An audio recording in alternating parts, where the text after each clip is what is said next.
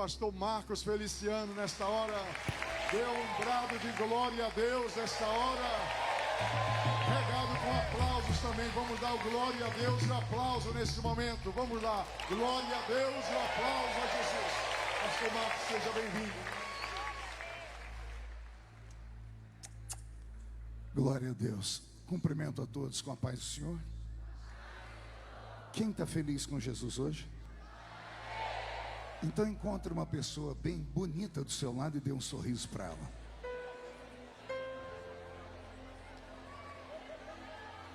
O que não falta no Amazonas é gente bonita, né? Ô terra de gente bonita. É uma alegria poder estar participando dessa linda convenção. E eu tenho certeza que ela marcará a nossa história para sempre. Eu quero cumprimentar o pastor Jonatas, a pastora Ana Lúcia, e agradecer pela confiança e pelo convite. Prometo ser aqui um canal de Deus para abençoar o nosso povo. Cumprimentar o deputado Silas Câmara, meu amigo, meu irmão. Eu digo lá em Brasília, pastor Jonatas, se eu aprender o que o Silas está esquecendo, eu ainda vou ser um grande deputado. O Brasil precisa de mais homens como você. Poucos deputados são tão comprometidos com o povo como você, Silas. Eu sei porque eu já caminhei nesse Amazonas inteiro com você, e eu tenho orgulho de servir a minha pátria ao seu lado. Deus te abençoe muito. Ao deputado Dan, o Dan também, ele sempre vem de uniforme só para colocar medo na gente, né? Mandar um abraço ao pastor Samuel Câmara, nosso presidente, a pastora Rebeca, que vai estar aqui amanhã. E eu tenho uma informação para dar para vocês aqui, preste atenção. Através da rede Boas Novas, nós estamos transmitindo esse culto agora para 238 pontos de TV, 186 rádios, tudo sendo transmitido em tempo real, fora a internet. Agora respire fundo. Se não me engano, é o maior culto das Assembleias de Deus do Brasil em tempo real que já aconteceu na história. Milhões de crentes estão acompanhando esse culto. Então eu tenho certeza que, como eu disse, isso vai marcar um tempo e uma história. Vi aqui o pastor reverendo Napoleão Ribeiro Falcão, nosso grande líder, nosso pai, nosso veterano. Que alegria ter o senhor aqui. Pregar com o senhor perto não é fácil. Eu vou fingir que o senhor não está aqui para que o Jesus tenha misericórdia de mim. Abra sua Bíblia comigo no Evangelho segundo escreveu São João.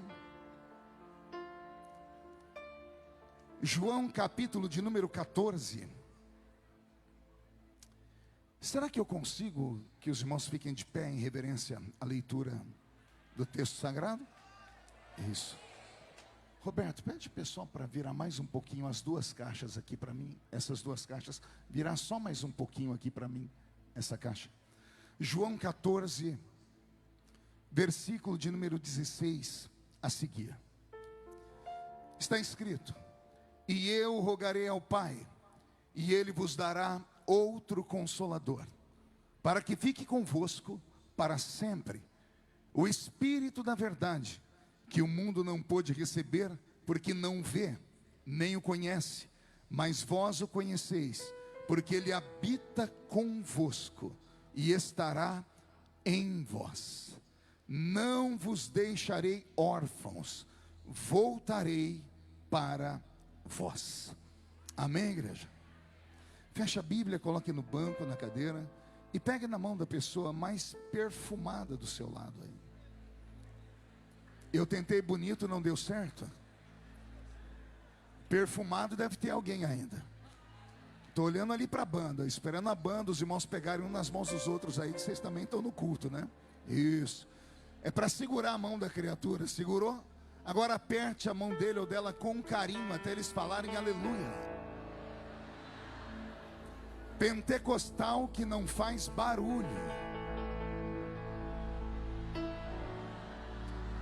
Está com defeito de fabricação, não é? Vamos ter mais um minuto de oração. Feche os olhos. Senhor, o pastor Jonatas me colocou nas suas mãos uma vez mais, e a minha oração se soma a dele. antes que eu comece a ministrar a sua palavra, cerque o Canaã com a sua presença. Cerque as emissoras de TV, os rádios no Brasil todo. Cerque a casa dos crentes que estão agora ligados conosco. Cerque, Senhor, todo o aparelho online de internet. E num raio de 5 quilômetros ao redor deles e de nós, onde houver um demônio alojado, eu dou a esses demônios segundos para sumirem. Porque se não sumirem, serão queimados pelo poder da sua glória que será derramada. Rasgue os céus sobre nós esta noite. Manda anjos de fogo descerem aqui. Que estes anjos desçam, trazendo brasas de fogo nas mãos. Comecem a esparramar estas brasas entre nós. E onde houver um crente cheio do Espírito Santo, pega ele nesta noite, Jesus, e mostra o caminho da verdadeira e poderosa adoração. Fala conosco, fica conosco. É o que eu te peço agora e sempre. E toda a igreja diz: amém. Os que podem, tomem o seu assento aplaudindo a Jesus, porque Ele é bom, porque Ele é maravilhoso. Se o pessoal da técnica de som puder me dar só um pouquinho mais de ganho de voz aqui, só um pouquinho de ganho de voz aqui, eu vou dar um beijo em vocês, tá bom? Queridos, o que Jesus colocou no meu coração nessa noite é algo tão fantástico, que se você me emprestar a sua mente, o seu coração por alguns minutos, eu tenho certeza que Deus vai mudar a sua história. Antes de começar a pregar, eu quero fazer um pedido. Tem muita gente se locomovendo dentro do espaço, e eu queria fazer um pedido a você. Se você puder encontrar um lugarzinho agora e ficar sentado, você vai ajudar não só a mim, mas olha aí, todo mundo reclamando de você andando. Isso. Tá bom? Se você puder fazer isso, você vai nos ajudar muito. Eu sei que o espaço é grande, o lugar está quente, e vai ficar mais quente a partir de agora, tá? Pronto, vamos lá. A primeira vez que eu ouvi falar sobre João capítulo 14, eu estava em um culto ao ar livre, lá no interior de São Paulo. O presbítero Olaide Gomes estava lendo o texto. Presbítero assembleiano, homem simples, mas de um coração sem tamanho. A voz dele, aveludada, quando leu João 14, arrancou lágrimas dos meus olhos, e eu nem entendia o porquê. Semana seguinte, pastor Jonatas, meu primeiro evangelismo pessoal. E o meu líder da mocidade era um rapaz muito criterioso, e ele nos repartiu em grupos e nos ensinou, antes de distribuir folhetos, a ler os folhetos. Caso fôssemos indagados, a gente saberia como responder às pessoas. E eu, obediente, novo convertido, fui para um canto, peguei o folheto que estava ali da Sociedade Bíblica do Brasil, e para minha surpresa, era João 14. A primeira vez que eu li com um sorriso nos lábios. A segunda vez que eu fui ler, eu já li com os olhos semicerrados. Na terceira vez, eu descobri que eu havia decorado o texto. E aquilo para mim foi um ganho, foi uma alegria muito grande. E aí eu virei para o meu amigo, o meu companheiro de evangelismo, e disse: recebi o meu primeiro milagre como crente. E ele falou: qual? Decorei João 14. Ele jogou um balde de água fria em mim, dizendo assim: João 14, todo assembleiano conhece de cor e salteado. Eu achei que era brincadeira, mas com o passar do tempo eu descobri que não era não. Vamos ver se alguém se lembra do que está escrito lá. Não se turbe, credes em Deus, porque na casa de meu pai, porque se não fosse assim, vou preparar-vos lugar, e virei outra vez, e vos levarei para mim mesmo, para que onde eu estiver, estejai vós também. Alguns textos da Bíblia, Silas, provocam esse efeito no povo. Não são todos. A Bíblia Sagrada é um livro inteiro inspirado, mas alguns textos da Bíblia, basta ler ou lembrar dele, que ele mexe com o coração da gente. Alguns textos são tão fantásticos que já fazem parte da aura da nossa história. Por que alguns textos da Bíblia marcam mais do que outros? A Bíblia é este livro magnífico, que levou 1600 anos para ficar como nós temos aqui na mão. O primeiro escritor da Bíblia nunca teve contato com o último escritor da Bíblia. Estão separados quase 2 milênios, 1.600 anos exatamente. Mas parece que os dois eram amigos íntimos. Parece que sentaram em uma mesa e falaram assim: olha, eu começo e você termina. Gênesis começa com um casamento entre Adão e Eva. Apocalipse, o último livro, termina com um casamento entre Jesus Cristo e a noiva dele, que está aqui nessa noite me ouvindo pregar. A Bíblia é esse livro fantástico. Uma vez, numa viagem, me questionaram: você acredita mesmo em um livro que tenha mais de 40 autores? É muito difícil acreditar em um livro que tenha 40 autores, porque cada autor tem a sua própria impressão. E eu disse: é muito difícil. Ele falou assim: então você não crê na Bíblia? Eu disse: na Bíblia eu creio. E aí falaram: mas você disse que não acredita num livro que tem mais de 40 autores? Eu falei: a Bíblia não tem mais de 40 autores. A Bíblia tem mais de 40 escritores. Autor é um só. E ele está aqui entre nós essa noite. A Bíblia foi escrita por poetas, por profetas, por reis, por sacerdotes. A Bíblia Sagrada foi escrita por políticos. A Bíblia Sagrada é esse livro fantástico. Por isso que eu disse que tem coisas na Bíblia que basta a gente ler para o coração da gente ficar aquecido. E eu tenho uma explicação para isso. O texto que eu li é um deles. Eu me lembro que na década de 90, a Sociedade Bíblica do Brasil lançou aqui no nosso país a Bíblia Viva. Era muito linda, porque a gente abria a Bíblia e onde Jesus falava estava tudo em vermelho. Era viva porque a palavra era viva, porque era o próprio Cristo, o próprio Deus falando. João 14 mexe com a gente por causa disso. Não saiu da boca de Pedro, não saiu da boca de Paulo, não foi o arcanjo Miguel, nem o anjo Gabriel. Quem falou em João 14 foi o Verbo encarnado, foi o Filho do Deus vivo, todo-poderoso, que está entre nós aqui nesta noite, inclusive. Então, alguns textos movimentam o coração da gente. Como esse texto marcou a minha juventude, a minha infância, eu passei a estudá-lo com mais apreço e descobri algumas coisas interessantes que eu quero repartir com os irmãos aqui nessa noite.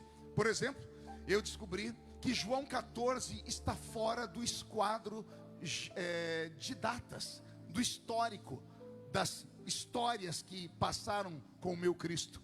A Bíblia Sagrada não é um livro que foi escrito para ser comercializado. Ninguém pensava que um dia juntariam todos esses livros em um livro e ele seria pulverizado e vendido ao mundo todo. Eram contos, eram tradições escritas e as pessoas tinham acesso com muita dificuldade. Então, os escritores, ou esses homens que passaram a pegar nanquim, pena, papiro ou pele de animais para colocarem todos os seus pensamentos e as suas memórias, eles não se preocuparam em colocar a Bíblia em ordem de escrita. Por exemplo, se eu perguntasse aqui para esta igreja linda qual foi o primeiro livro da Bíblia a ser escrito, possivelmente a maioria iria errar. Muitos iriam dizer que foi o Gênesis, e não foi. O primeiro livro da Bíblia a ser escrito foi o livro de Jó. Ora, se é o primeiro livro da Bíblia a ser escrito é Jó, porque ele não está no início? Exatamente por isso, porque a Bíblia não foi escrita em ordem cronológica. Alguns livros da Bíblia carregam essa mesma marca. O Evangelho de João é um deles.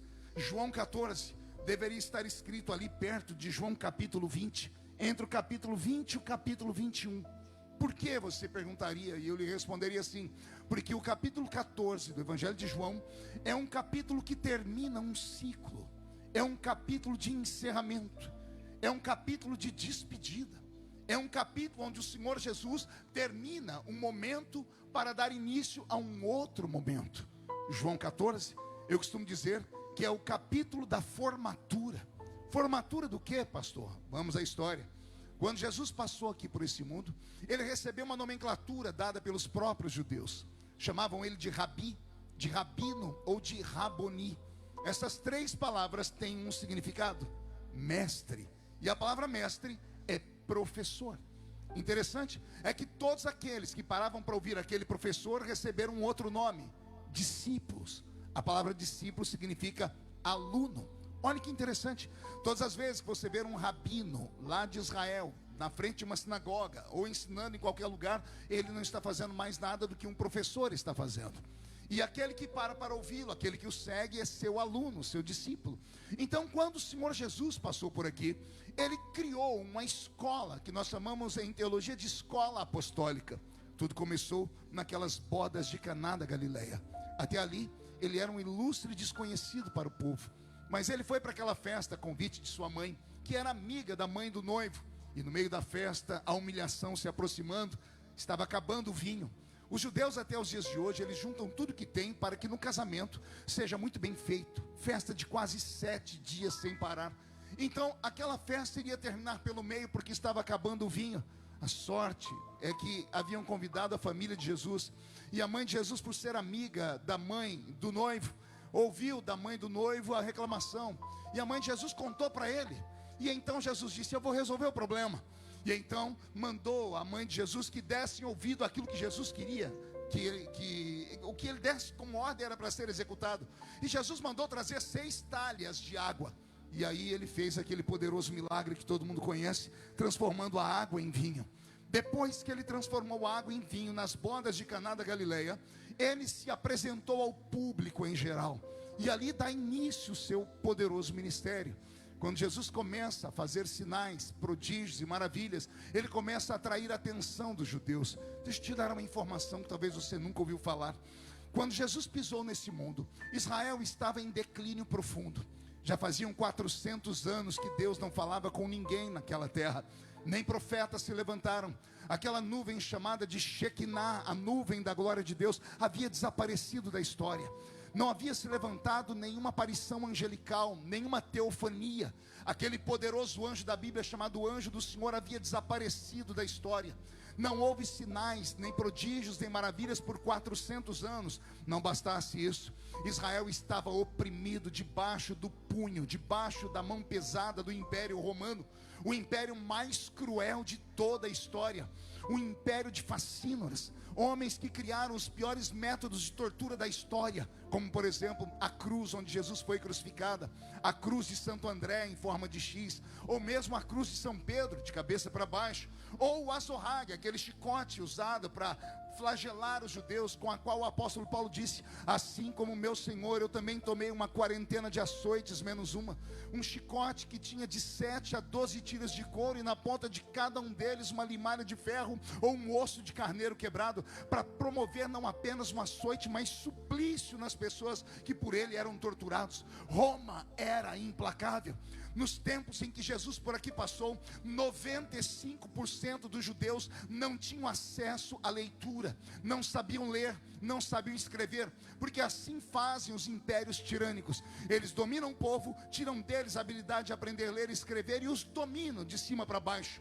Não era apenas isso, 75% do ganho de todo judeu era pago em forma de tributo aos romanos. Imagine você, de cada 100 reais, 75 reais voltava para o governo. O que sobrava mal dava para eles se alimentarem. É nesse contexto que aparece Jesus Cristo.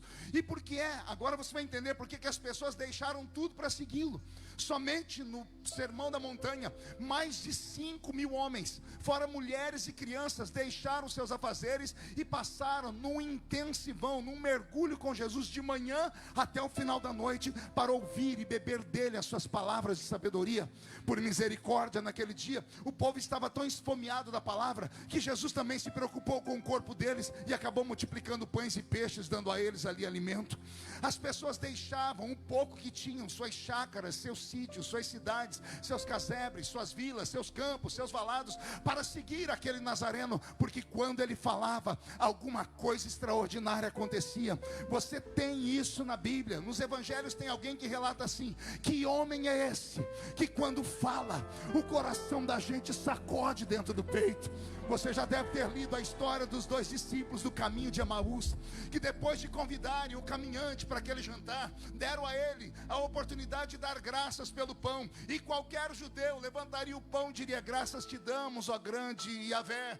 Mas não aquele viajante. Ele levanta o pão e diz: graças te dou, meu pai. E quando ele diz pai, todo mundo na mesa abre os olhos, porque foi por conta disso que mataram ele, porque ele falava que era filho de Deus, e aquilo era uma heresia. Mas quando abriram os olhos e olharam para a cadeira onde ele estava sentado, o pão estava partido, mas ele não estava mais ali. Ele desapareceu do nada. Aí um discípulo olhou para o outro emocionado e disse: porventura não ardia o seu coração enquanto ele falava conosco?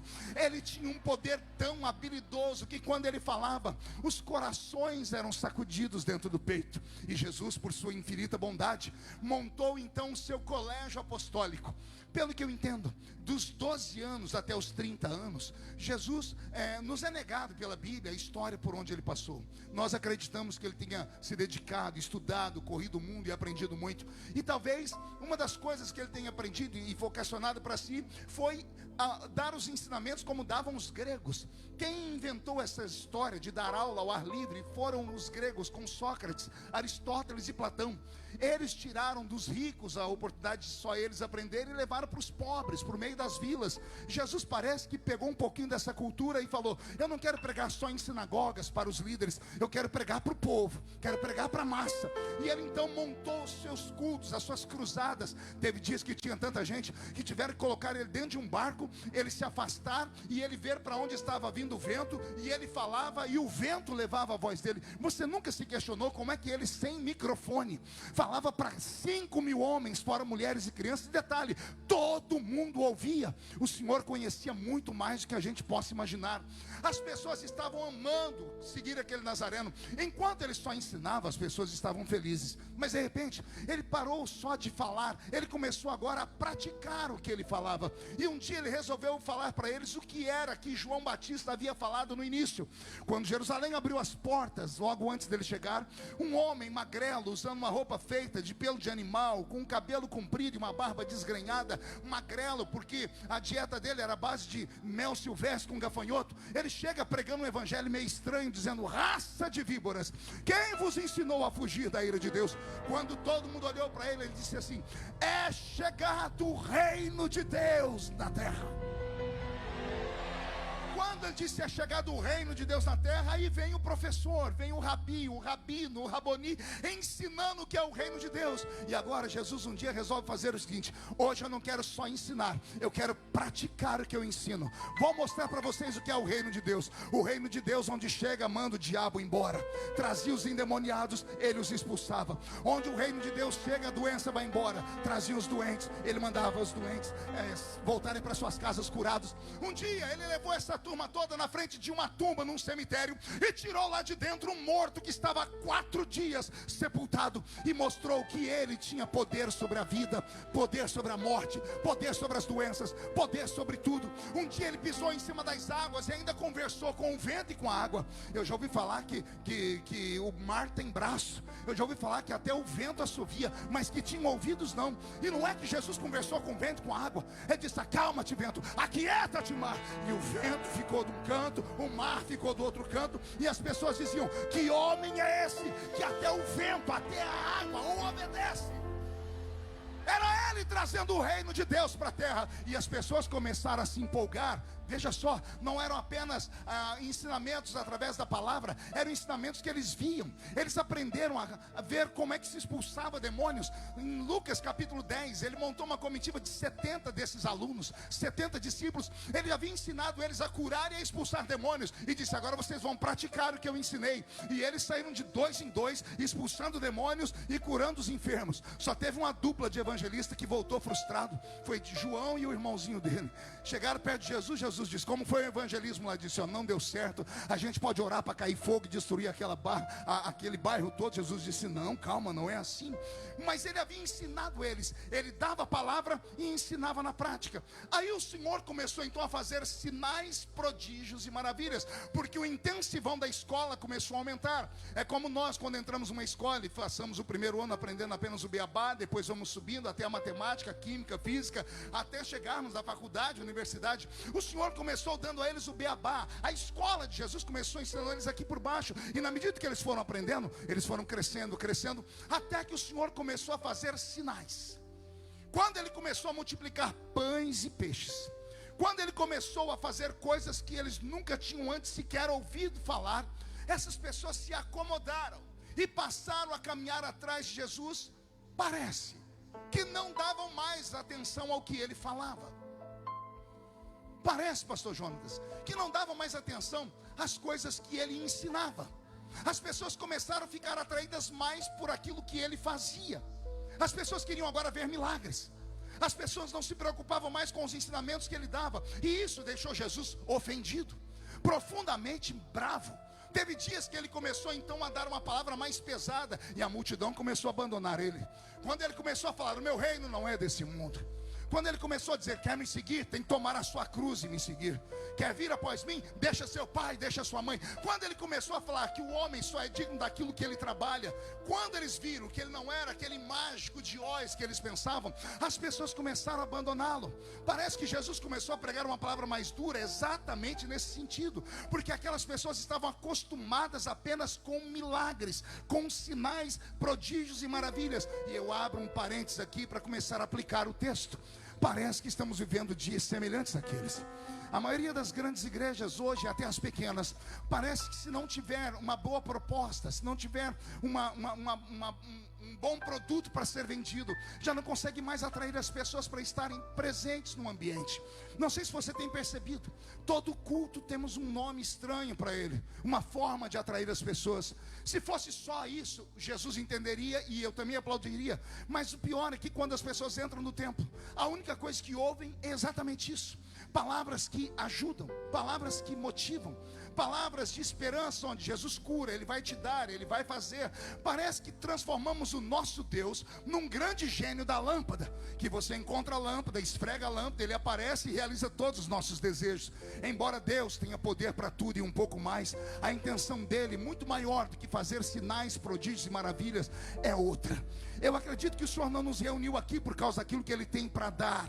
Eu acredito que Ele nos reuniu aqui para ver se a gente é capaz de agradecer aquilo que Ele já nos deu. Ah, você ainda não entendeu? Eu vou voltar aqui. Eu quis dizer que aquele que serve a Cristo apenas por aquilo que ele está por receber é um grande miserável.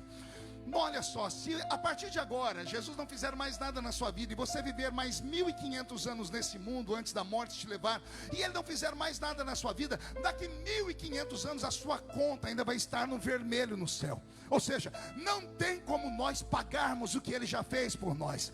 Então só de estarmos aqui já deveríamos colocar um sorriso nos lábios, levantarmos a nossa mão para o céu e dar um grito de glória a Deus.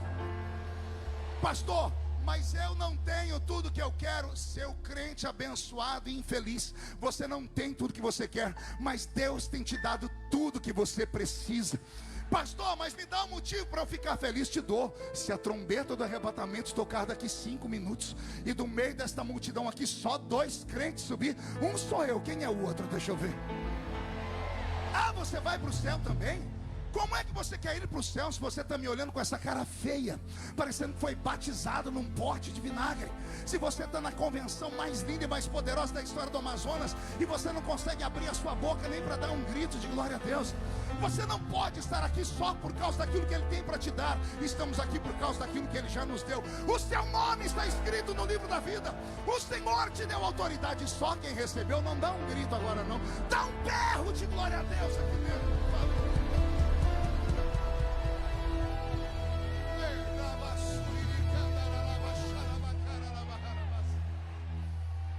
Quando Jesus percebeu que aquela turma só queria entretenimento, ai Jesus, mãozinha direita para o céu, faz um carinho nas costas da pessoa do seu lado, diga, vai doer só um pouquinho. Entretenimento. Vou repetir: entretenimento. Isso aqui não é entretenimento. Isso aqui não é um show. Isso aqui é um culto, é uma Assembleia de Deus. Eu queria entender, porque quando os pastores anunciam um pregador, alguém fala um amém, anuncia outro pregador, amém. Aí quando anuncia um cantor, o povo vai à loucura. Só está faltando as moças virem para frente e jogarem roupa íntima em cima dos cantores gospel da igreja. Veja só, não confunda artista com levita. Não confunda pastor com palhaço. E púlpito com picadeiro. Isso aqui não é um picadeiro, isso aqui não é um teatro, isso aqui não é um cinema. No teatro, se você gosta, diz amém. Se não gosta, vai embora. Se gosta, aplaude. Se não gosta, vaia. E lá você tem direito a comer pipoca e guaraná. Aqui não é o que você quer ouvir. Aqui é o que Ele quer mandar para você.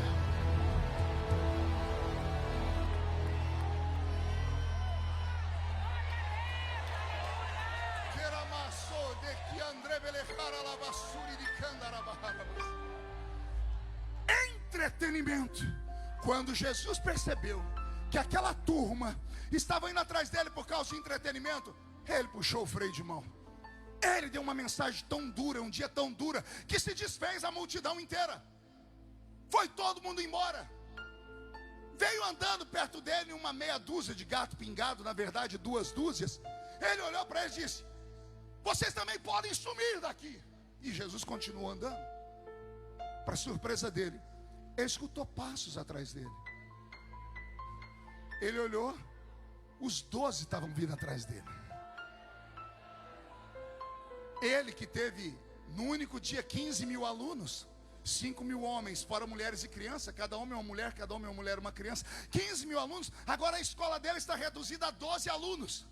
Ele olhou para esses 12 e resolveu acabar com a escola inteira e disse: e vocês também não vão embora não? O líder levantou a mão e disse: posso falar? Fala. Meu nome é Pedro. E daí, Pedro? Para quem iremos nós?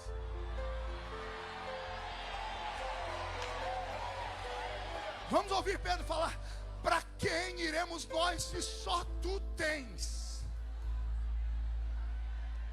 Milagre? Pão? Peixe? Entretenimento? Música? Não. Para quem iremos nós se só tu tens? Palavra de vida eterna.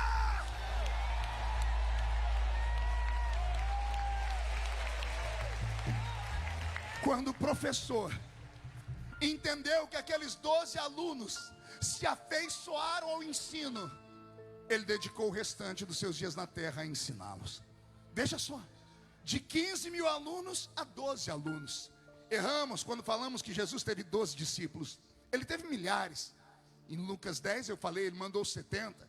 Mas desses milhares restaram 12. E esses 12 caminharam com ele não só no primeiro ano, ficaram com ele o ensinamento inteiro. Detalhe, 3 anos e meio. Quantos anos? 3 anos e meio. Sem feriado, sem sábado e domingo. 4 anos no intensivão de uma faculdade dos dias de hoje.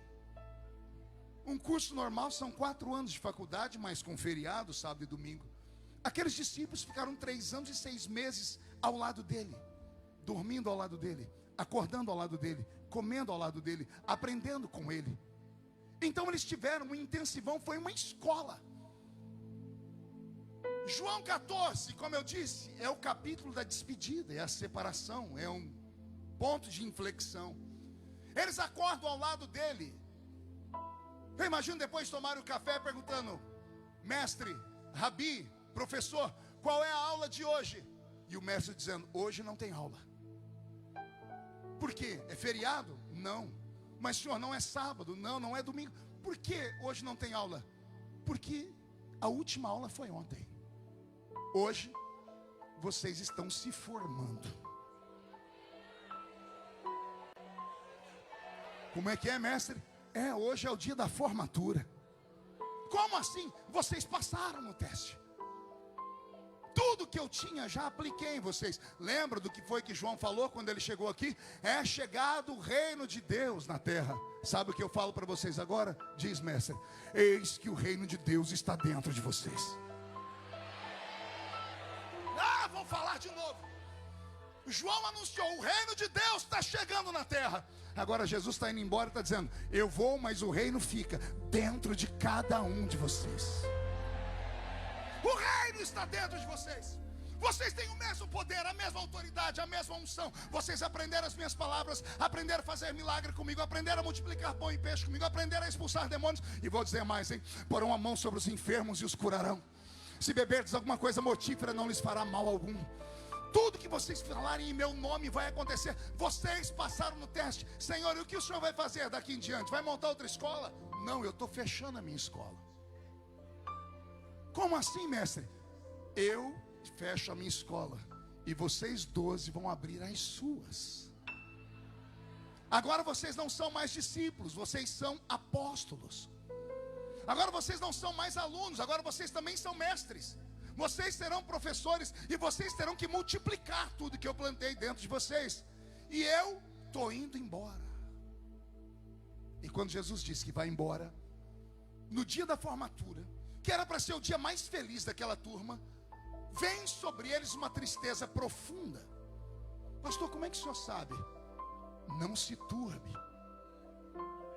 o vosso coração, não se entristeça, não percam a esperança nem a fé. Credes em Deus, credes também em mim, porque na casa de meu pai tem muitas moradas. E se não fosse assim eu já teria dito para vocês. Mas olha, eu estou indo preparar lugar. E quando eu for e preparar lugar, eu voltarei. E vou pegar todos vocês e levar para perto de mim, para que onde eu estiver, estejai vós também. Foi a maneira que Jesus encontrou de tentar arrancar a tristeza de dentro do coração deles. E mesmo tendo dito tudo isso, não houve alegria. Os discípulos continuaram tristes. Eu imagino Jesus tentando entender o porquê da tristeza. Eu imagino Jesus lendo a mente deles, procurando dentro do coração deles, por que é que não houve alegria? Gente, é a formatura, é o último dia da escola. Quem aqui já se formou? Primeiro grau, segundo grau, faculdade? Só 10%, o resto não sabe ler nem escrever? Vou perguntar de novo. Quem aqui já se formou? Primeiro grau, segundo grau, faculdade? Quem lembra o dia da formatura? Pense num dia de alegria, misturado com um toque de emoção. Alegria porque você viu aquele professor xarope. Eu tinha uma professora que eu sonho com ela até hoje. Pense numa mulher que era possessa por demônios. Não pode ser, ela tinha pacto com Satanás, pastor Napoleão, não tem outra história. Ela era uma tormenta na minha vida. Olha, eu tenho 52 anos, às vezes eu acordo suando frio, dizendo, meu Deus, não entreguei o trabalho da professora. Você ri porque não é você, bocó. Então, mas no dia da minha formatura, eu falei, estou livre desse encosto. Em compensação, a gente vai sentir saudade dos amigos, etc e tal, mas em suma, é um dia de felicidade. É um dia que você vai deixar uma parte da sua vida e vai começar uma outra história. Por que é que os discípulos estão tristes se eles se formaram? Se no meio de milhares, Jesus escolheu 12, e esses 12 estavam ali agora, prontos para dar continuidade no ministério que ele havia iniciado nessa terra. Por que é que ainda o coração deles está turbado, está triste, está em demérito? Por que é que eles estão entristecidos a esse ponto? Eu penso que Jesus deve ter imaginado por um momento, será que é por causa dos milagres? Eles se acostumaram com milagres? Então Jesus tenta animá-los. Olha, como professor de vocês, o sonho de todo professor é ver o aluno se tornar melhor do que o professor. Vocês serão melhores do que eu. Pastor, isso aí é heresia, Jesus é Deus. Pois é, mas foi ele que falou, não fui eu. Jesus falou para eles assim, olha, sabe os sinais que eu fiz? Todos eles, tudo que eu fiz não se compara ao que vocês irão fazer. Vou tentar desenhar para ver se todo mundo entende. Ele tirou um defunto de 4 dias de dentro da tumba. Eles viram o defunto sair, saltando de dentro da tumba. Não tinha carne podre, não tinha mau cheiro, estava vivo. Ele disse, eu tirei um defunto, vocês farão obras maiores do que essa. Ele levantou paralítico, ele está dizendo, vocês farão obras maiores do que essa. Não conte para ninguém não. Ele perdoou pecados. Dá para acreditar que essa criatura do seu lado é capaz de perdoar pecados? Você consegue acreditar nisso? Ou você acha que é só o pastor que pode perdoar pecados? Deus livre e guarde, mas se você sair daqui do Canaã e lá fora, no meio da cidade, ou numa encruzilhada, ou numa rua, você encontrar um acidentado, e a pessoa está à beira da morte, pode ter sido o pior assassino, o pior leproso, pode ter sido o pior estuprador da cidade. Se você reconhecer a pessoa e parar, e falar com ela de Jesus, e ela se arrepender, e você fizer uma oração, a pessoa que estava indo para o inferno, automaticamente é resgatada pelos anjos, e ela vai para o céu. Por quê? Porque esse comedor de arroz, feijão e açaí aí do seu lado, ele tem poder para perdoar pecados. Alguém acredita nisso? Então dá mais um grito de glória a Deus daquele tamanho. Eu penso que Jesus está olhando para eles. Por que vocês não estão tristes aí? Por que vocês estão tristes? Se eu estou dizendo que vocês farão obras maiores do que a que eu fiz, se eu estou dizendo que um dia eu vou voltar, por que é que vocês estão com o coração turbado? Aí Jesus entendeu. E para entender o que Jesus entendeu, você tem que fazer um exercício comigo, ou de olhos abertos ou de olhos fechados. Você se imaginar como um dos 12. Consegue fazer isso? Consegue imaginar uma clareira no meio da mata? ali no Monte das Oliveiras ou em qualquer outro monte. Todo mundo deitado no chão, deitado em peles de animais. Você olha à sua direita, está ele deitado. Ele quem, pastor? Yeshua, o Mashiach de Israel. Você acorda de manhã, lá está ele, dando para você, bom dia. Sabe, eu tento imaginar Jesus, não como Jesus clássico que eu aprendi nos livros, nos filmes de antigamente. Eu gosto de imaginar Jesus como Jesus dessa série The Chosen. Não sei se vocês já assistiram. Quem já assistiu The Chosen? Eu gosto de imaginar um Jesus daquele jeito. Um Jesus para frente, amigo, alegre. Um Jesus que sorri. Um Jesus que olha para as pessoas e diz, olha, eu vim viver a vida de vocês, então tem que experimentar tudo o que vocês experimentaram. Imagina ele acordado e falar para você, e aí, perdi o sono, vamos bater um papo agora à noite. Imagine almoçar ao lado dele, jantar ao lado dele, tomar café da tarde com ele, orar com ele no monte. Imagine você ficar 3 anos e 6 meses, todos os dias, ao lado dele. Entendeu? Imaginou? Agora eu vou te dizer o que eu penso. Jesus, quando percebeu que eles estavam afeiçoados a ele, Jesus percebeu que o que ele falava era bom, mas já não precisava mais falar. Eles não sentiam falta da palavra dele. Eles não estavam preocupados mais com milagre, com sinais, prodígios e maravilhas. Não. Eles estavam preocupados com algo muito mais forte. Pastor, o que é mais forte do que a palavra dele? O que é mais forte do que os milagres dele? Respira fundo. A presença dele. Vou falar de novo. Eles já não se importavam se ele falava ou se ele ficava em silêncio, se ele fazia um milagre ou não, se ele multiplicava peixe ou não. Eles se preocupavam em acordar e ver, ele está ali, ó. Eles se preocupavam em estar andando dizendo assim, ó, ele está vindo aqui atrás. Eles se preocupavam em falar com as pessoas, cadê Jesus? Ele está ali, ó. Eles não queriam mais perder ele de vista. Não queriam perder mais a presença dele.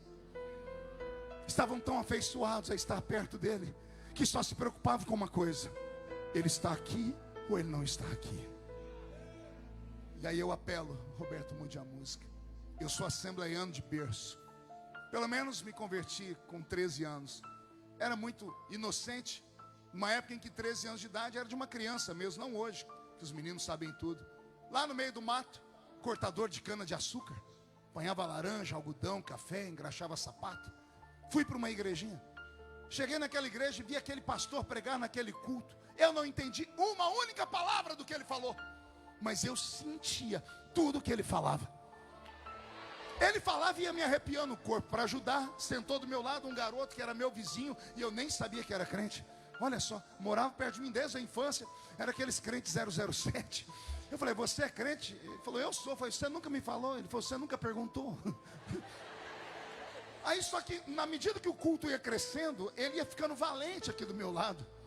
Ele começava a bater o pé no chão, daqui a pouco ele dava um murro para cima e fazia ihu! Daqui a pouco ele danou a falar umas coisas que no fim do culto eu perguntei para ele, ô Márcio, a sua mãe é dona de uma floricultura? E ele, por quê? Você passou o culto inteiro falando samambaia, samambaia, samambaia. Que samambaia é essa? Ele abriu um sorriso desdentado para mim e disse assim, não é samambaia não, é língua de anjo. Eu olhei para ele e disse assim, e você fala língua de anjo? Ele disse, eu falo. Eu falei, você não fala nem a língua portuguesa? Ele disse, é porque eu fugi da escola. Mas a língua de anjo eu falo. Eu falei, por quê? Porque eu não falto em nenhuma aula. Eu falei, onde é que é a escola? Ele disse, é aqui nessa igreja, todo culto é uma aula. E o professor vem aqui no meu ouvido e me ensina essas línguas. Eu falei, você é maluco? Ele disse, não sou, está escrito na Bíblia. Eu disse, me mostra. Porque eu era carola lá na igreja católica. Com 8 anos eu já estava lá no meio do catecismo. Eu era coroinha. Aí eu falei, me mostra na Bíblia. Ele falou, eu não sei ler. Eu falei, só me fala que eu abro. Eu peguei a Bíblia dele e abri. E ele falou, Atos 2. Quando eu abri Atos 2, ele disse, pode ler que está aí. E eu comecei a ler, nunca mais esqueci. Estavam todos reunidos no mesmo lugar, quando de repente veio do céu um som como de um vento forte e impetuoso, e encheu a casa onde estavam assentados, e foram vistos por eles línguas repartidas como que de fogo, as quais pousaram sobre cada um deles, e todos E todos foram cheios do Espírito Santo e começaram a falar em outras línguas, conforme o Espírito Santo lhes concedia que falassem.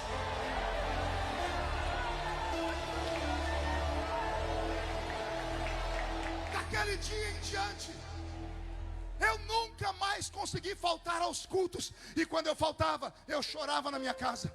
Havia uma presença. Nossos cultos regados a apenas 2 instrumentos, um pandeiro e uma sanfona. E a velha letra dos hinos da harpa cristã. E quando o velho presbítero cantava, foi na cruz, onde um dia eu vi os meus pecados castigados em Jesus. Algo tocava o nosso coração. As pessoas iam chorando no culto, e Jesus começava a batizar com o Espírito Santo com o hino da harpa.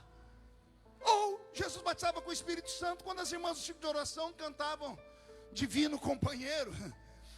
Era algo tão puro, era algo tão singelo, e era algo tão simples para nós, mas tão profundo, que hoje eu, no alto dos meus 52 para 53 anos de idade, sinto muita falta. Esse ano lá nos Gideões, completei 27 anos ministrando lá, eu disse que eu estou me cansando de pregar para zumbis. Muitos membros de igreja já não parecem mais membros de igreja, parecem figurantes daquela série chamada The Walking Dead. Mortos que caminham. Pessoas que vêm para a igreja porque não tem um lugar melhor para ir. Pessoas que fazem as coisas na igreja no automático. Seja obreiro, seja não obreiro, seja crente, seja presbítero, diácono, evangelista, não interessa. Nada nesta vida pode virar rotina. Vou falar de novo, nada nesta vida deve virar rotina. Casamento que vira rotina termina em divórcio. Funcionário que faz o seu trabalho virar uma rotina já vai ser dispensado porque ele não tem mais paixão por aquilo. Se a sua fé em Cristo virar uma rotina, você está morto. Aliás, tem um defunto aí do seu lado agora, basta você olhar para ele. Como é que o senhor sabe, pastor? Eu estou olhando aqui de cima. A criatura está me olhando com o olho seco, parecendo olho de sapo que morreu no dia de enchente. Ela está num culto da Assembleia de Deus, num culto de explosão, de festa, mas ela não abre a boca nem para respirar.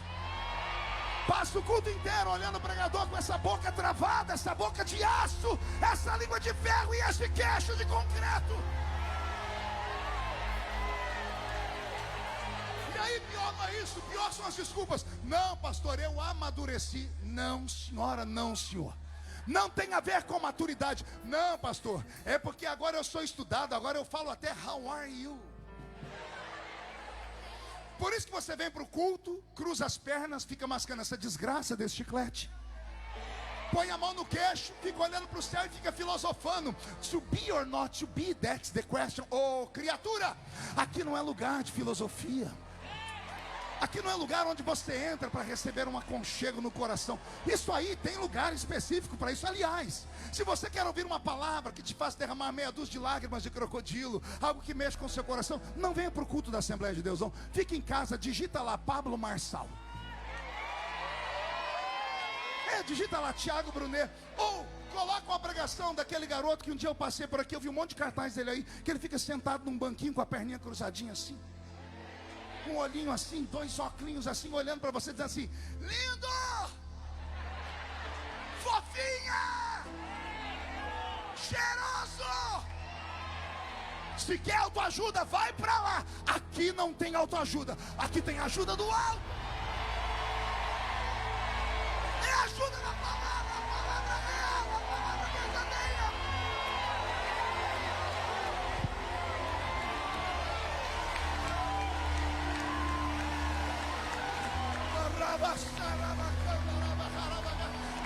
Esta é a Assembleia de Deus.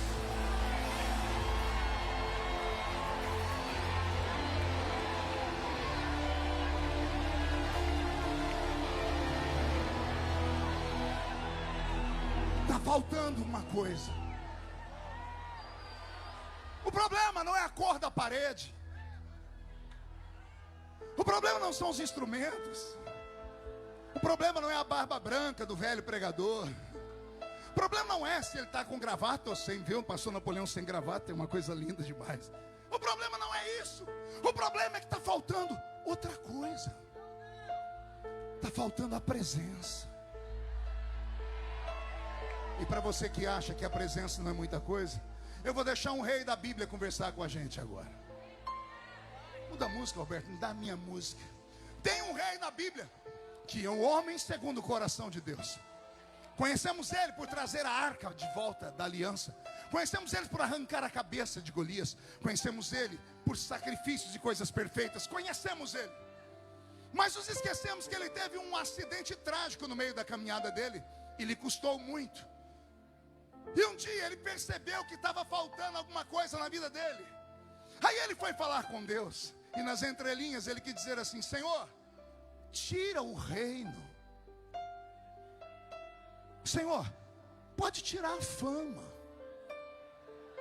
Senhor, tira todas as benesses que um rei tem. Só não retires de mim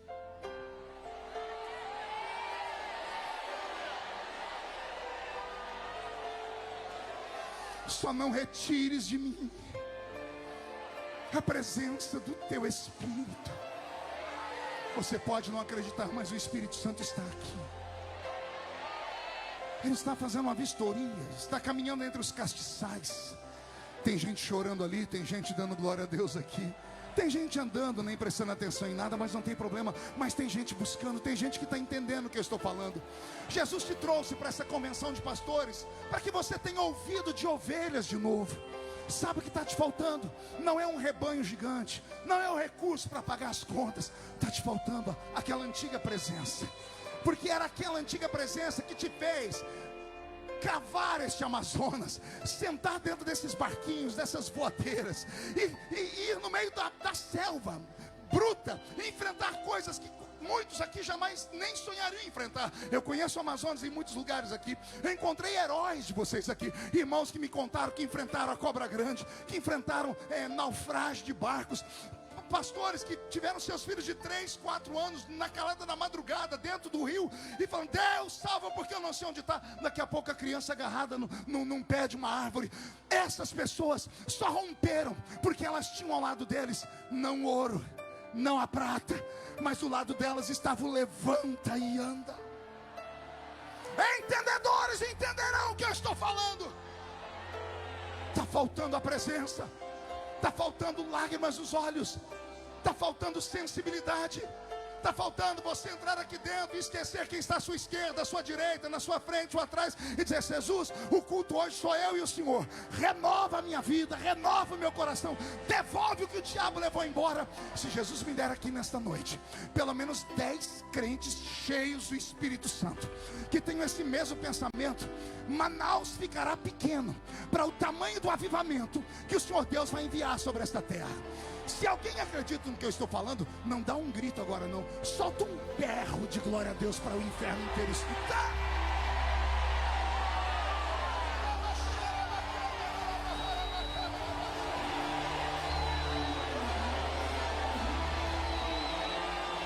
As pessoas me perguntam: Pastor Marco, como é que o senhor aguenta o tranco? O irmão que me buscou hoje lá no hotel, o pai do Arthur, não sei se ele está por aí, está ali.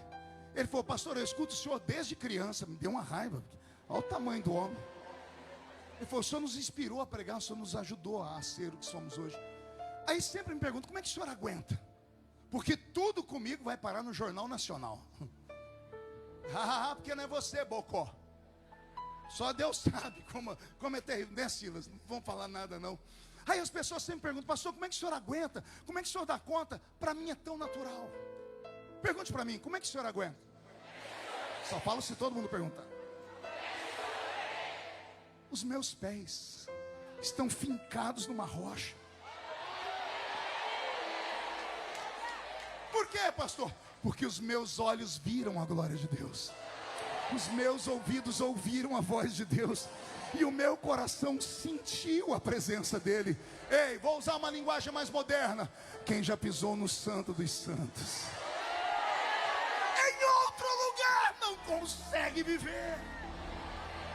Aí as pessoas falam: por que a nossa geração não aguenta, pastor? Geração Nutella, geração rápida demais. Geração que não tem paciência de ouvir a palavra como tem que ser feita.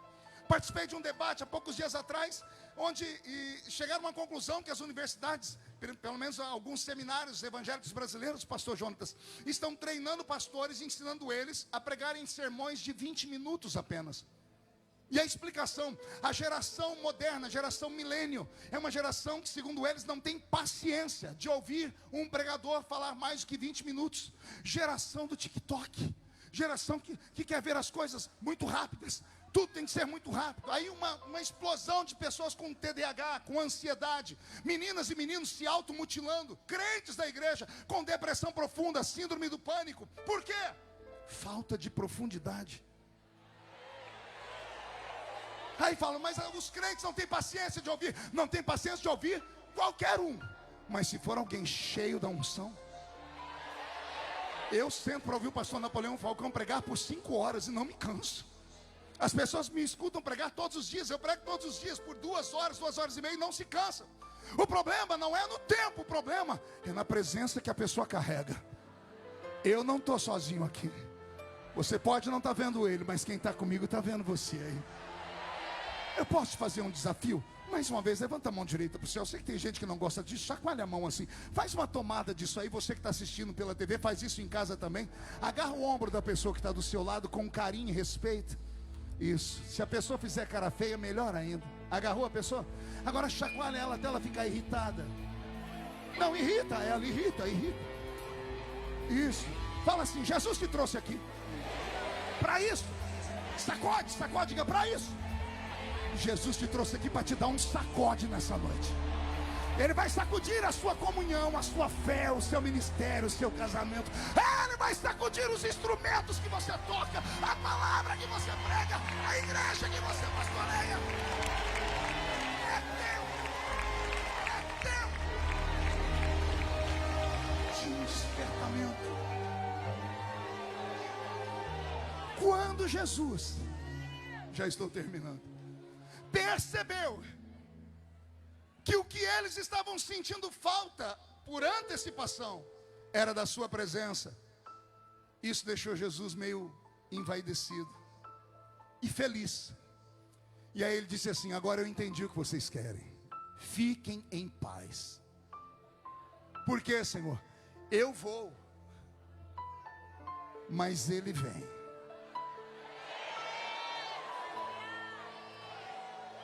Como assim, Senhor? Eu vou e vos enviarei um outro Consolador. A língua grega foi usada para escrever o Novo Testamento. A palavra outro Consolador, ou a expressão outro Consolador no grego é: vou enviar para vocês um gêmeo meu. Entendeu? Gêmeo. Vou mandar para vocês alguém igualzinho a mim. Ele não é menor do que eu e não é maior do que eu. Ele não é maior do que o meu pai, nem menor do que o meu pai. Nós somos um. Eu vou e Ele vem. E aí, Jesus? E aí, quando Ele vier, vocês vão ter um outro exercício. Qual? Conquistar Ele, como vocês me conquistaram. Como assim, Senhor? Quem é que vai vir? O Espírito da verdade. Em algumas Bíblias, o Espírito de verdade, a preposição de, é a maneira de dizer: outros espíritos enganadores vão aparecer, mas nenhum é como ele. Outros espíritos vão aparecer com outros nomes, alguns nomes pomposos, outros nomes chinfrins. Uns se chamarão Zé Pilintra, Exu Caveira, Tranca-Rua, Preto Velho. Outros se chamarão Baal, Astarote, Azera, Marduk. Não importa o nome, são espíritos de mentira. Esses espíritos só descem sobre cavalos, porque cavalo você pode montar, botar arreio e guiar. Cavalo você pode dar esporada e sentar nele. O Espírito que eu vou enviar não descerá sobre cavalos. Ele descerá sobre ovelhas do pasto do sumo pastor. Lá nos centros de feitiçaria, os espíritos que descerão vão tapar a mente do homem, vão dominar a mente do homem, porque quando os homens terem consciência, vão dizer: onde estou? Quem sou eu? O Espírito que eu vou enviar, ele é um cavalheiro, ele é um gentleman, ele é educado. Ele não vai chegar forçando a barra. Ele vai chegar e vai dizer: eu estou aqui. E o que a gente tem que fazer? Tem que falar para ele: vem para cá. Vocês vão ter que conquistar ele. Pastor, onde você leu isso? Um espírito da verdade que o mundo não pôde ver porque não conhece, mas vós o conheceis. Preste atenção, porque ele estará convosco. Mas ele não parou aí. Ele estará em vós. Ele estará convosco. E ele estará em vós. Eu estou vendo esse moço de blusa azul aqui sentado no chão. Você pode vir aqui rapidão? Rapidão? Rapidão. Fica aqui do meu lado. Uma coisa é estar com a gente, outra coisa é estar dentro da gente. Pegue na minha mão. Ele estará convosco. Esse é o início de uma amizade. Eu vou e eu envio ele, e ele vai estar com vocês. Você vai para a escola,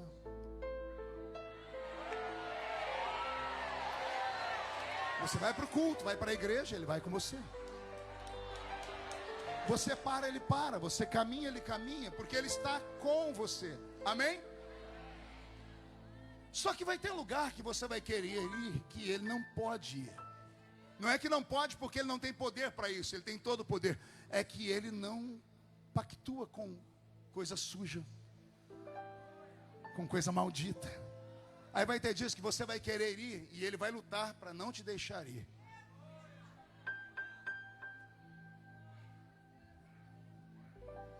Você vai tentar insistir, porque é ele quem convence o homem do pecado, da justiça e do juízo. Mas ele não é um ditador e não é um tirano. Se você insistir, ele vai fazer isso, ó.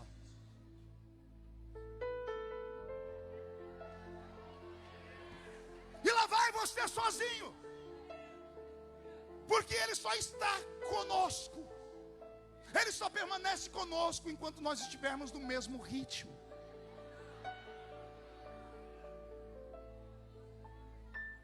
Eu sinto que a nossa geração é uma geração que tem ele assim. Ele está conosco. Mas de repente você se encontra em casa olhando para o TikTok, vendo pornografia. Ele não pode colocar os olhos na pornografia. Nessa hora ele se vai. Aí você se arrepende, chora e ele volta. Mas esse relacionamento inconstante não é frutífero. Porque Jesus disse: ele estará convosco. Mas se tudo der certo, ele vai estar em vós. Uma coisa é ele estar assim, outra coisa é ele estar assim, ó.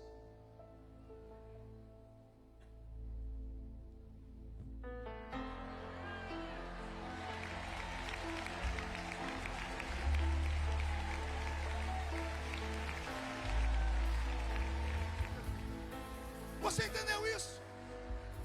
Mas para ele estar dentro de nós não é fácil. Senta aqui, fica aqui que eu já vou te chamar de novo. É profético isso.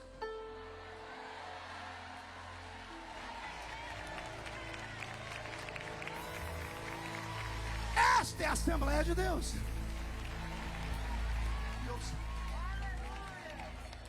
Dia desse em oração eu perguntei: Senhor, por que o irmão Ovídio Ramos, o presbítero lá da minha igreja, colocava a mão sobre os enfermos e os curava? Porque a gente era batizado com o Espírito Santo no culto de manhãzinha de domingo na igreja. E o Senhor falou comigo: é porque o Espírito estava em vós. E hoje, o Senhor diz: ele tem dificuldade de estar dentro de vocês. Ele fica caminhando do lado, porque ele é educado, é um cavalheiro. Mas o desejo dele era que você e ele fossem uma pessoa só. Porque essa é a proposta de Jesus. Assim como eu e o Pai somos um, vocês também podem ser um com ele.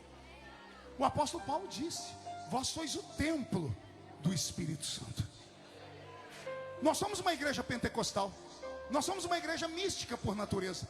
Nós acreditamos no sobrenatural. E o sobrenatural só vem quando o Espírito Santo se manifesta. Eu lembro que quando eu preguei o primeiro culto na igreja, consegui levar minha mãe não era crente. Quando ela chegava em casa, eu falei, mãe, a senhora gostou de me ver pregar? Ela disse assim, nossa, você fica valente quando você está lá naquele negócio, você dá uns gritos, né? Eu falei, a senhora gostou? Ela falou, gostei. Ela falou assim, posso fazer uma pergunta? Eu disse, pode. Por que você fica vermelho, você dá uns negócios assim? O que é? Eu era novo convertido, pastor, eu não sabia explicar. Eu falei, mãe, é que tem uma hora do culto lá que tem um negócio que me pega, né? Aí minha mãe pensou e disse assim, já sei o que é. Eu falei, o que é, mãe? Um encosto. Eu falei, não, mãe, não é encosto. Ela falou assim, é sim, porque aqui na casa da dona Tereza, benzedeira, quando vem um encosto lá, a menina fica igual você. Vai, não, mãe, não é encosto não. Então me explica o que é. Eu falei, mãe, eu vou para a igreja e descubro. Uma semana perguntando todo mundo, eu voltei e falei, mãe, senta aqui, vou falar para a senhora. Não é, eu já pedi perdão a Deus, viu, mãe? Foi por quê? Não é uma coisa, não é algo dentro de mim, é alguém dentro de mim. Como assim, meu filho? Mãe, tem alguém dentro de mim. Ele tem nome, chama-se Espírito Santo. Ele que traz a realidade do mundo espiritual. O apóstolo Paulo explica à igreja de Corinto, quando vocês entram num culto como esse, nada acontece.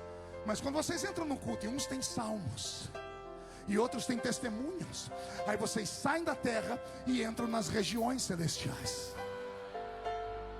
O nosso culto começou aqui no Canaã, mas nós não estamos mais no Canaã. Nós já atravessamos o átrio, o lugar santo. Estamos a um passo de entrar no Santo dos Santos. Mas isso só acontece quando o céu e a terra se misturam.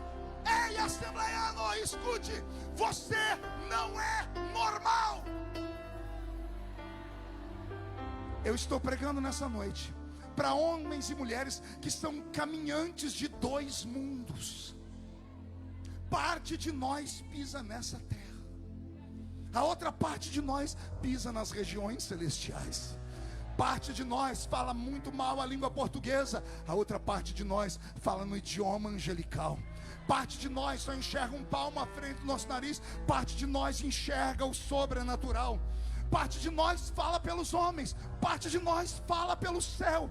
Eu estou pregando para homens e mulheres que, se entenderem o que são, vão sair por aquela porta tão cheios do Espírito de Deus, que quando acordarem amanhã de manhã, as pessoas que costumeiramente cruzam o seu caminho vão olhar para você estranho, vão falar, o que você viu? Você está esquisito? Você viu um passarinho verde? Você vai dizer, não, ontem na convenção veio uma pombinha de fogo, desceu sobre o Canaã e transmutou a minha vida em uma outra vida. Alguém acredita nessas loucuras pentecostais? Então dá mais um grito de glória a Deus, por favor, só mais um.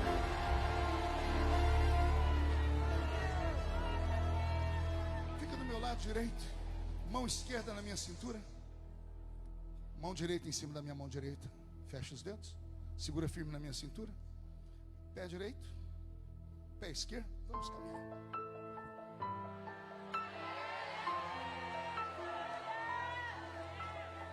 Sincronia. Segura firme na cintura. Olhe para mim. Por favor, olhe as suas mãos. Olhe as suas mãos. O que você vê aí? Dedos, anéis, esmalte, calos. Você acha que essa mão aí tem capacidade de curar alguém? Mas está escrito, porão a mão sobre os enfermos e os... Refaço a pergunta, você acha que essa sua mão aí é capaz de curar alguém? A minha teoria é que a sua mão sozinha não cura. Mas quando traz um doente perto de você, quando você vai estender a sua mão, tem uma outra mão junto.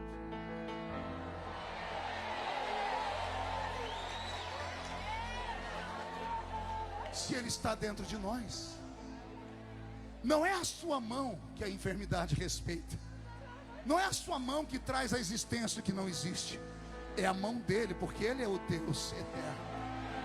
Porão a mão sobre os enfermos e os curarão. Firme agora, firme e equilibrado. Pé direito. Equilíbrio agora. Quando a Bíblia diz, onde a planta do seu pé pisar eu te dou por herança, Você acha que é esse pé cheio de chulé e joanete que você tem aí? É que quando você pisa, ele pisa com você. Quando você aponta o dedo para expulsar um demônio, tem outro dedo dentro do seu dedo. Quando você olha fixamente para uma pessoa, tem outros olhos dentro de você. Você não é normal, por quê? Porque ele já não está mais convosco, ele está em nós.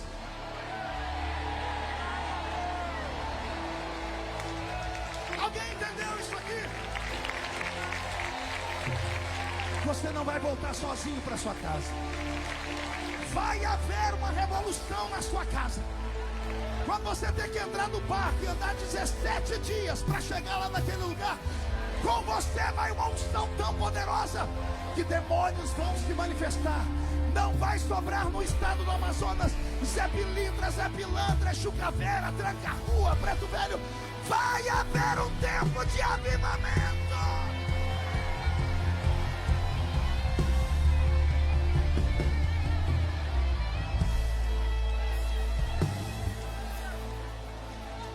Feche os seus olhos. E eu encerro aqui. Mas não sem antes fazer um pedido. Feche os olhos.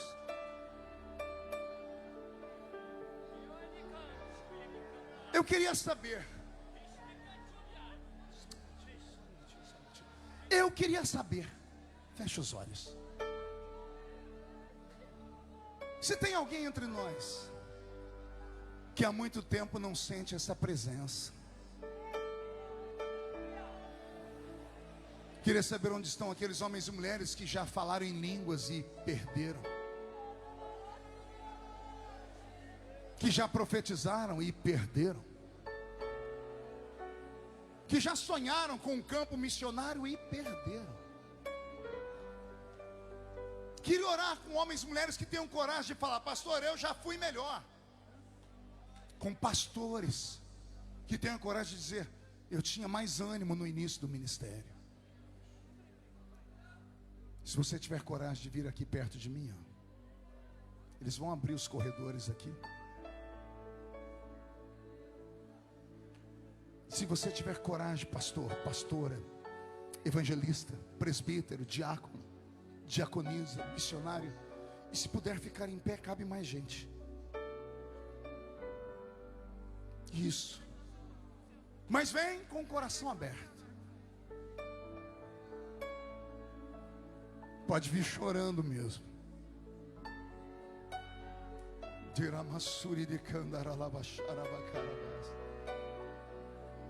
Eu poderia estar em qualquer outro lugar, mas sua glória me atraiu, tua presença me atraiu.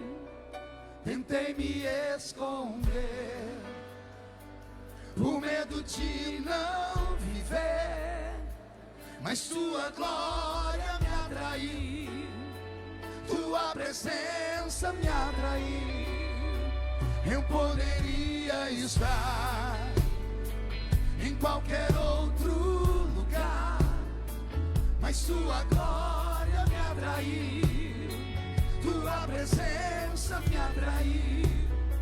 Tentei me esconder, o medo de não viver, mas sua glória me atraiu, tua presença me atraiu.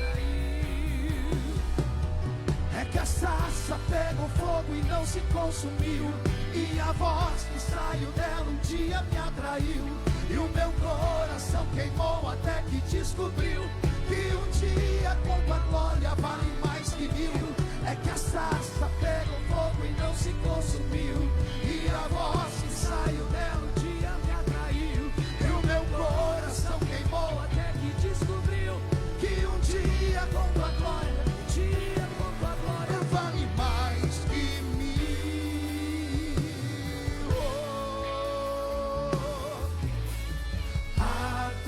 Atraídos pela tua presença, não me vejo sem a tua presença.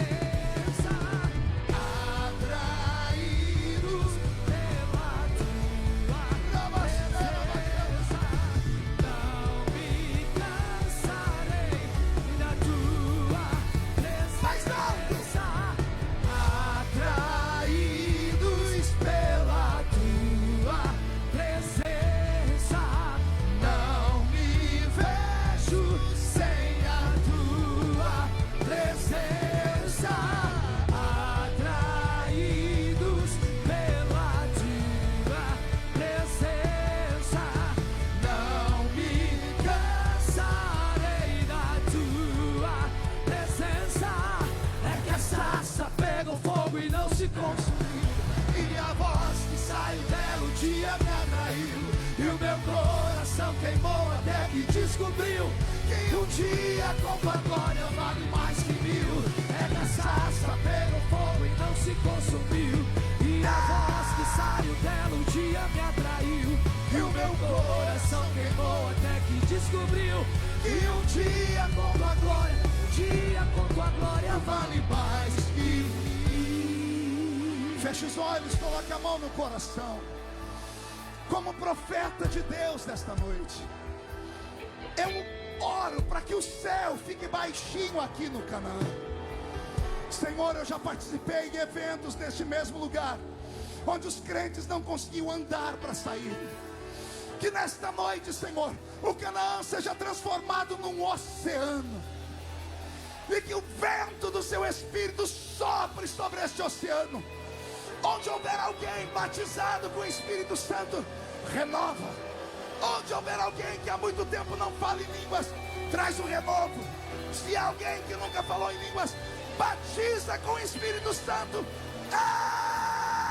Espírito, Espírito, que desce como fogo,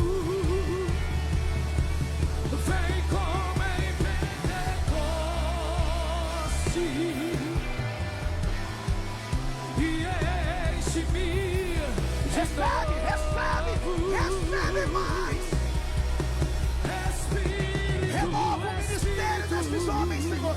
Renova o ministério destas mulheres. Traz a sua presença. Traz de novo, de novo, de novo, de novo. Vem como em Pentecoste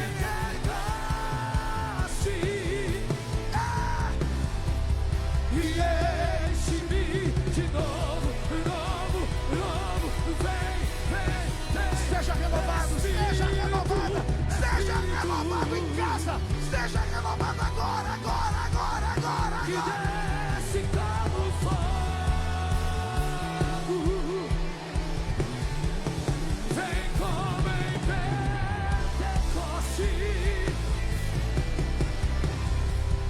e enche-me de novo. Os que estão ajoelhados, fiquem de pé. Os que estão ajoelhados, fiquem de pé. Todos os que estão de pé, levante a mão direita para o céu comigo. Abra a sua mão e diga comigo, em nome de Jesus: todos os demônios que esfriaram a minha fé, que roubaram os talentos, que roubaram os dons, que esfriaram a minha fé, que tentaram destruir a minha família, que tocaram no meu ministério, eu ordeno. Não estou pedindo, estou ordenando. Venha para a palma da minha mão agora. Feche a sua mão com autoridade. Eu vou contar até 3. Nós vamos jogar no chão e vamos pisar em cima. Vai se cumprir Lucas 10:19. Eu vos dei poder para pisar sobre serpentes, sobre escorpiões, sobre todo o poder do diabo, e nada fará mal a vocês. Quando jogarmos no chão e pisarmos, você precisa abraçar uma ou duas pessoas, porque a Bíblia diz que quando 2 ligam aqui na terra, é ligado no céu. E você vai dizer ao seu irmão: a presença dele vai comigo para minha casa, para o meu ministério. Você nunca mais será o mesmo. 1,5. Sua família sentirá orgulho de você de novo. 2. O seu ministério vai explodir em glória. 2,5. Manaus será chamado de terra do avivamento. 3. Jogue no chão, pise em cima, abrace uma pessoa. Uma nuvem diferente agora está se formando no céu. Abrace, abrace. Temporal de bênçãos e poder.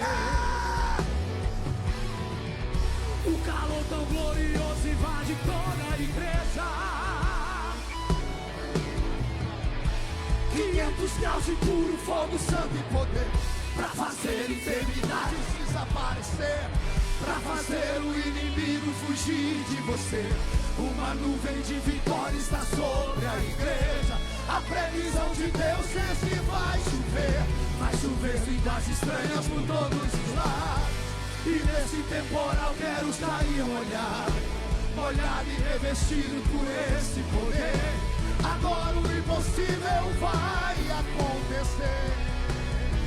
E é a promessa de Deus.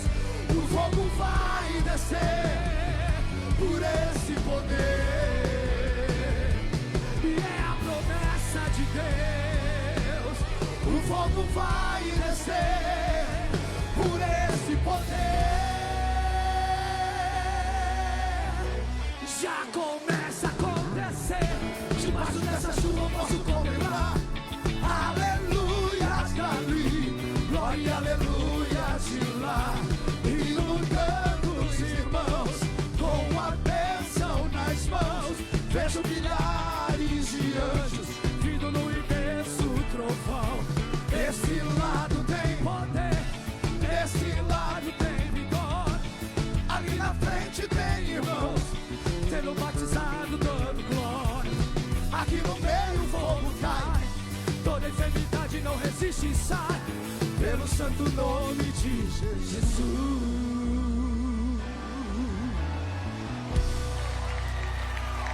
Para terminar, diga para o seu irmão: Jesus está voltando. E eu quero subir. Quem quer subir comigo? Então diga: eu não sou daqui. Eu não sou daqui. Ele vem me buscar E com ele eu irei. Eu não sou daqui, pra casa voltarei. Ele vem me buscar e com ele eu irei. Em breve Jesus no céu vai aparecer e todo joelho se dobrará e toda língua confessará.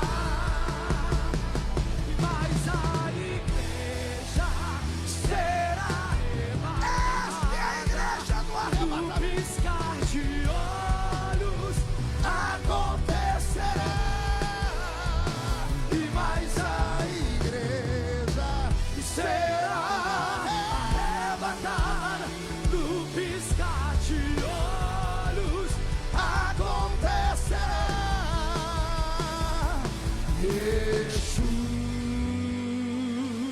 Yeshua, o Messias aguardado, ele vem me buscar. Cadê a igreja?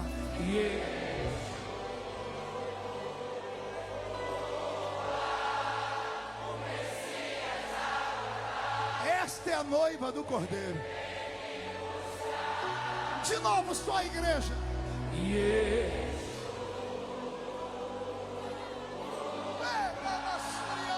Messias, Ele vem me buscar. Para encerrar, canta, Amazonas. o Messias Canta, Assembleia de Deus. ele vem me buscar. Em breve Jesus no céu vai aparecer e todo joelho se dobrará e toda língua confessará. Mas a igreja será arrebatada num piscar de olhos. Acontecerá. Será no piscar de olhos Acontecerá.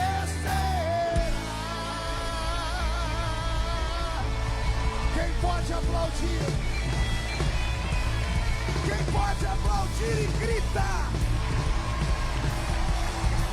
Quem pode aplaudir, gritar e dar um pulo